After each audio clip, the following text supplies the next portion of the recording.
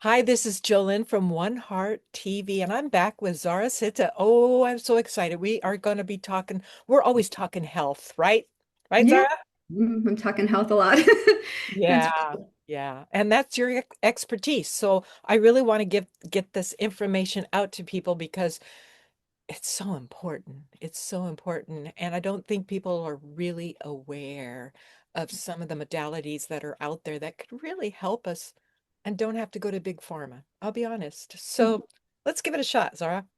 yeah, let's go. Thanks for Okay. having me back. Yeah, welcome back. Um, you had posted on Facebook, and I love just bouncing off what you posted, and that is it is breast awareness of all things, month Yeah. and breast cancer in particular. And I thought maybe we could talk a little bit about that and give some people insight on Mm, just the idea and what's happening in the world and what could be bringing it on. So, yeah. what do you think? What do you think is about all of this breast cancer in the world these days? Yeah, there's a lot of breast cancer happening. And I think there's a number of factors that we can look at. And one of the bigger ones definitely is endocrine disruptors. And so there's many things that are commonly used. And, unless someone comes across this information or they end up having breast issues or breast cancer, a lot of times they don't understand the effects of some of the things they're using, eating, being in contact with that can disrupt their hormones. And when that happens, it can make not good changes in the body. And so an endocrine disruptor is something that makes negative changes, bad changes to the hormones of the body, to the endocrine system. And there's a lot of endocrine disruptors. Some of the more common ones are, parabens and phthalates that are going to be found in a lot of your bath and body products. But there's a lot more than that. And, you can go online, you can look up lists of endocrine disruptors to get familiar with that. Some of them might really surprise you. One that I learned about some years ago, it was a little shocking, are the receipts from stores. There's a coating on those receipts as well as the ink they use. That's a very powerful endocrine disruptor. Personally, I do everything I can not to get paper receipts or touch them unless I absolutely have to. And anybody who knows me and goes shopping, if I have to get a receipt, I'm like, and like really quick, try not to touch it just because, it's something that we can absorb through our skin. And so there's a lot of things like that. And that's, I think, a very big factor, but it's not the only factor. I work with a lot of cancer patients, and that's a big part of my personal practice is assisting people who have cancer to get the best results in their healing practice. I have a very large volume of patients that are women with breast cancer. And an interesting thing amongst these women, and I don't hear this as much from people with other types of cancers, as many of these women have said to me, I really feel like stress had a very big part in the development of this cancer. And many of them can track it, seeing that they were in a high stress state or they went through a really stressful experience or they weren't managing stress properly. And, it made changes in their system that they truly believe that was a contributing factor. There's a Wow, lot of research. that's really nice to hear because I was going to bring up emotions and I'm a firm believer that emotions get stuck in the body, but Yeah, of they course definitely can. stress. Yeah, and so on an emotional level, I'd say looking at this is the heart center here. This is our Yeah. heart chakra, and this is the area where in women, their mammary glands are developed. And I think there's something to heartbreak and sadness and grief and all of those things that can lead to, the emotional aspect of contributing to these things. It's not always the sole factor or I mean the sole cause, but it can be a factor, and so I'd say also, looking at some of the other things that are going on. This one's a bit controversial, but I truly believe that it is a strong contributing factor for many women, and that is root canals. There's a show, a movie out there that covers this topic called Root Cause, and there's a lot of research around it. And a lot of people might be like, how could that possibly, cause breast cancer? Well, our teeth are related to different organs and different parts of our body, and there are channels that run from our teeth that connect, through our bodies. And some of those channels are going to be going right through this area, through the breast area. And so with a root canal, it's cutting things off in a certain way, and it's known that they can accumulate a lot of toxicity. They've made a block where things are meant to be flowing more properly. And so in that block, different bacteria and different toxins can accumulate and then recirculate into the bloodstream and then coming down into the breasts and into that area. So these are some of the factors. There's a lot more. Personally, I think that even the mammograms that are meant to, be a way of monitoring and even preventing breast cancers, high levels of radiation are not good for us. It's carcinogenic. So if you're going in to get mammograms, you're getting all this radiation, even if you do it yearly or even every couple years, it's still a lot of radiation over time that accumulates. Plus how they squish the breasts, it's damaging to tissue and cells and things like that, and it can cause further issues.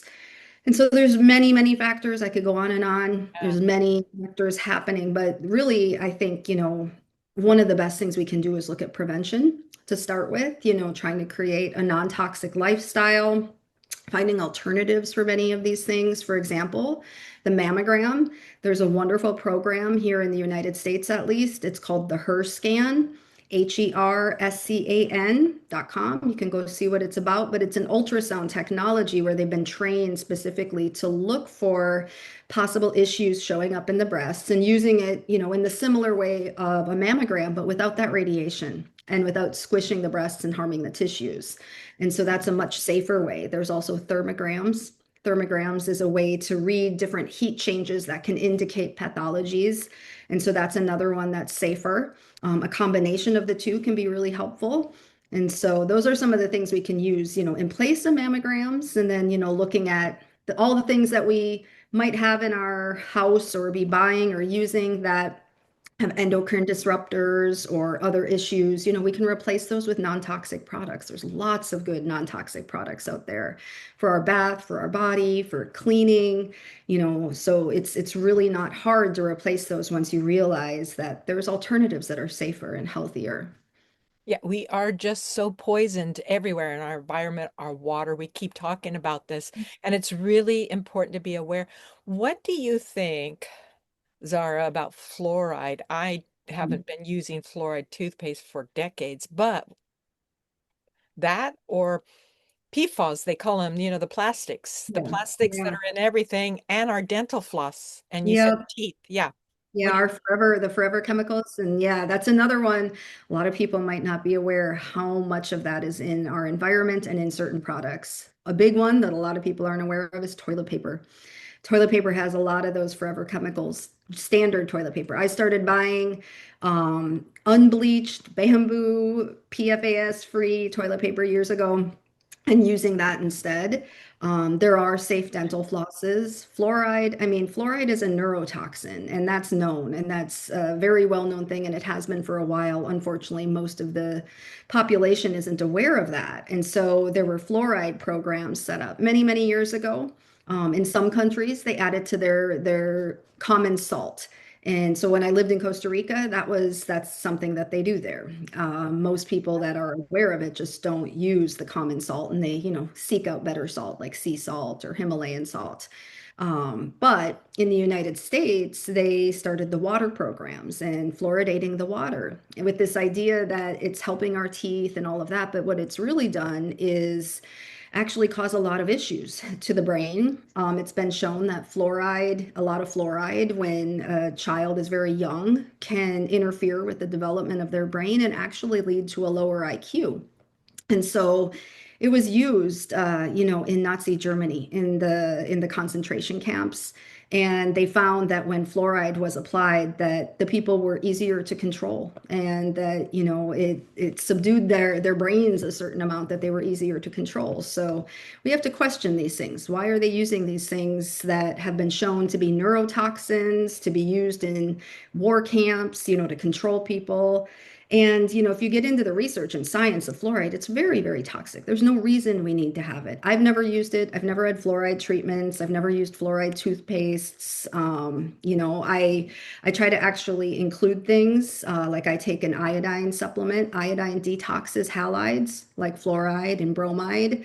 And so, again, there's a lot of things we can do to switch over to healthy natural toothpaste, healthy natural dental, practices, and we don't need these things. Really, I really encourage people, start researching things, and as much as you can. It doesn't have to be overnight. It doesn't have to be all at once. But little by little, start switching. If you've been using commercial type of things that use chemicals and synthetic ingredients, switch over to non-toxic, switch over to more natural. They work just as good, if not better, and safer for you. Definitely, definitely. And the home remedies going way back are the best. The white Yeah. vinegar and, different things that you can use in your home, and they're much, much safer. So easy. I every morning I have lemon water, and I use lemons a lot. And because I use lemons a lot, I also save those or save the skins and the peels. I have a big like 3 gallon glass jar, and I'll put them in there, and it's filled with white vinegar. And when it gets all filled up, I put it aside for about a month, and then I strain it. It makes a wonderful cleaner, cleaning, bathrooms, cleaning counters, cleaning all kinds of things. Super cheap, Great. super safe, super effective, and I barely ever buy any like things like that, like spray cleaners or anything like that, because I make my own. It's very easy. You can add some essential oils at the end to give it different, different scents to that you like. But even just if you don't do that, just the lemon and the vinegar is a powerful cleaner, powerful antiseptic, and super safe and clean, and saves you money from going and buying things. Yeah, I hate those plug-in things. I don't even know how people are get not. Oh yeah, the chemical scents. Oh, wow. There are some that are made from essential oils. They're kind of harder to find, and there's also ones that you can fill with your own oils and essential oils. So I'd say that would be fine. But most of those chemical scents, those are endocrine disruptors. They stress your liver and they disrupt your hormones, and that is potentially something that then could lead to the development of various cancers, like we're talking about, like breast cancers. Yeah. But there's other hormone-driven cancers, like ovarian cancers, and for men, prostate and testicular cancers. And so for all of those, and just for anyone in general. There's a lot of issues that don't turn into cancer, but are a result of the endocrine system not being in its healthiest state. The endocrine say, tell us what that is again. Endocrine system, that's your hormones. That's your hormone system. That's And running so that's everything. where, the estrogen, progesterone, DHEA, testosterone, our thyroid hormones, all these different hormones that are developed in our body. They're part of that system, the endocrine system. Yeah. We take this vessel so for granted. I do. I have in the past. So not anymore though. Not anymore. I'm really loving and digging this body at this age, and I want to keep it going. So coming back around to end this segment, you've given us quite a few things of what can bring it on. And very much so it's our environment and toxicities and pulling things out. But is there anything else you can think of? Because I'm really wanting to give information to our listeners that they can use in their own life. A lot of them are busy, Yeah. can't research. So if you were to tell somebody, how to get started, maybe, how would they? How to get started for prevention? Yeah. Yeah, prevention. I mean, prevention is better than trying to heal something. And Yeah. so, it's That's a bigger thing. That's your job. yeah, yeah, prevention, I think everybody should be practicing preventative care for themselves. It's one of our best investments against disease and illness. And, you're going to feel better. You're going to have more vitality the more that you invest in your health in good ways. And so, some of the best things to do is to start with nutrition. I really believe nutrition is such a foundation. It's not necessarily the cause or the cure of a lot of things, but it will support your body and help you, possibly prevent things. And even if you're healing something, it's going to help you heal better. So good nutrition is really important. I would say, especially if we're talking around hormones and hormone-driven cancers like this, we want to be careful of what we eat. There are certain things that are endocrine disruptors as well, and we got to be careful of that. And so I'd say definitely watching out for genetically modified or bioengineered ingredients. That has been shown to have various effects on hormones and fertility.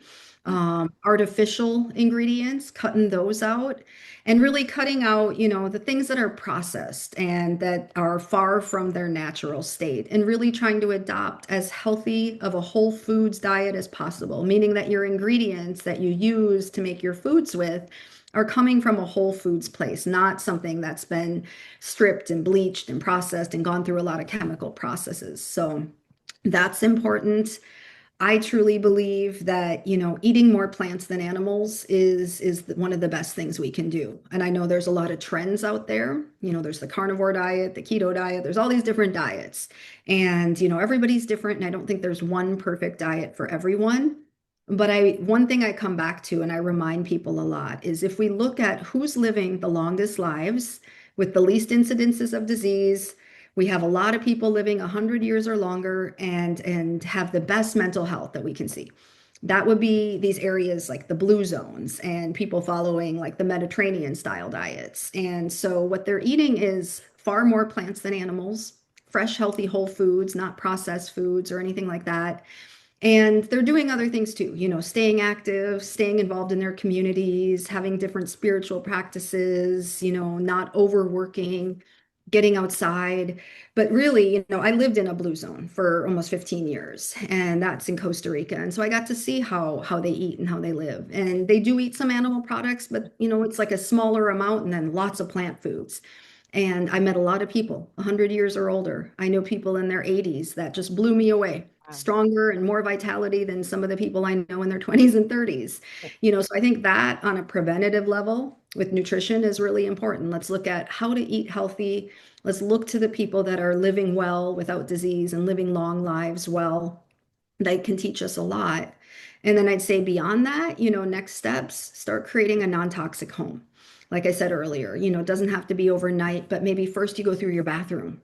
Look at all the things that you're putting on your body or in your body or using to clean, and switch it out. If it's not safe, if it's got parabens and phthalates and artificial things and lots of chemicals, switch it out. There's lots of good non-toxic brands out there. You can, start to explore that and look, even like if you go to even just like say Target and you go down the cleaning aisle, there are some options that are going to be a lot safer and cleaner and good for you than the commercial options. So it's not that hard to find. You don't have to go like scouring and searching. It's become a big industry now, the non-toxic side of things. And so looking at some of those, throughout your home, bit by bit, room by room, perhaps, changing the pantry, changing the bathroom, changing the kitchen stuff. And over time, just really creating as much of a non-toxic lifestyle as possible. And I'd say a third really important thing that we kind of touched on earlier, stress. Start practicing some stress reduction. Manage your energy, manage your stress levels. If you have a really high stress life, you're going to have to do a lot of work then on the other side of learning how to decrease stress. And there's a lot of ways to do that, and it might be different for everyone. For me, it's movement. I really like to move my body, go on a walk, get outside, do some exercise, do some yoga, go on a bike ride, go out into nature. For me, that's one of the best stress relief that I can do for myself. Other people might be something else, getting a massage, taking a bubble bath, watching a funny movie, going to church, singing, playing, whatever it is, things that make you feel good, that take you away from that stress feeling, and that you feel yourself having more peace and calm within yourself. Those are Beautiful. really, really Beautifully important said. things. I'm such an advocate about getting in nature all the Yeah, time and getting sun. Get sun absolutely. on Yeah. me, you know? And you probably did when you were living in that beautiful space at one time. Lots Yeah, of here sun. too. I mean, I live in South Carolina, so we get a lot of sun. And Oh, so I good. have Oh, a, good. big backyard. We have backyard chickens and garden, and we have a bunch of woods behind us. And so I spend a lot of time Ooh, and outdoors. that's a lot of work outdoors just to keep Yeah. that going. Yeah. Well, this has been so insightful. I'm gonna, again, where can they find you if they're more interested in more of your work? You can go to my website and see the offerings I have. I do online private consultations. I do coaching sessions for people. I work with people with many different health issues, not just cancer, but that is one that I really do a lot of work with a lot of cancer patients, but many things from autoimmune disorders, digestive troubles, all kinds of stuff. So my website is my name, zahrahsita.com, zahrahsita.com. I'm on a lot of the social media. My name is the same on all of those. And, stay tuned. I'm actually going to start offering some online classes. And in this coming year, we're going to be offering some retreats too for various aspects of healing and Beautiful. wellness. Beautiful. Getting together and commune into health, into health. I love Yeah. it. I love it. I'm going to ask our listeners too, because I have you on quite rarely, and you brought this up last time. Mhm. Are there some questions out there that any of you would like for her to talk on topics of interest that are bothering you, that are, you want just maybe a little more information? We'd love to help you out, right?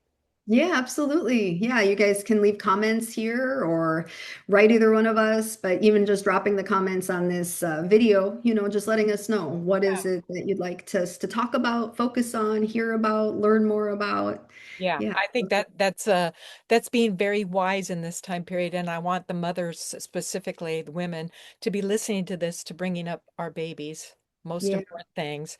Yeah. They've got to have this knowledge that's been so obliterated, Hmm. taken away. All right. Well, thank you again, Zara. And I look forward to getting with you probably in a couple weeks again. We'll look for those topics and we'll see if Yeah. something strikes us and we'll hit it for you guys. Again, this is Jolynn from One Heart TV. I just want to remind you there's many videos on One Heart TV of interest, but I'm focusing more on health and our planet and a little bit on children. So many blessings to everybody. Peace. Love you all. And thank you, Zara, again, Yeah. Thank very you. much. Thank you for having me. And thank you for everyone who tuned in. Yep. All right. Take care of these girls. We need them. All right. Stay true to yourself. Bye-bye. Bye.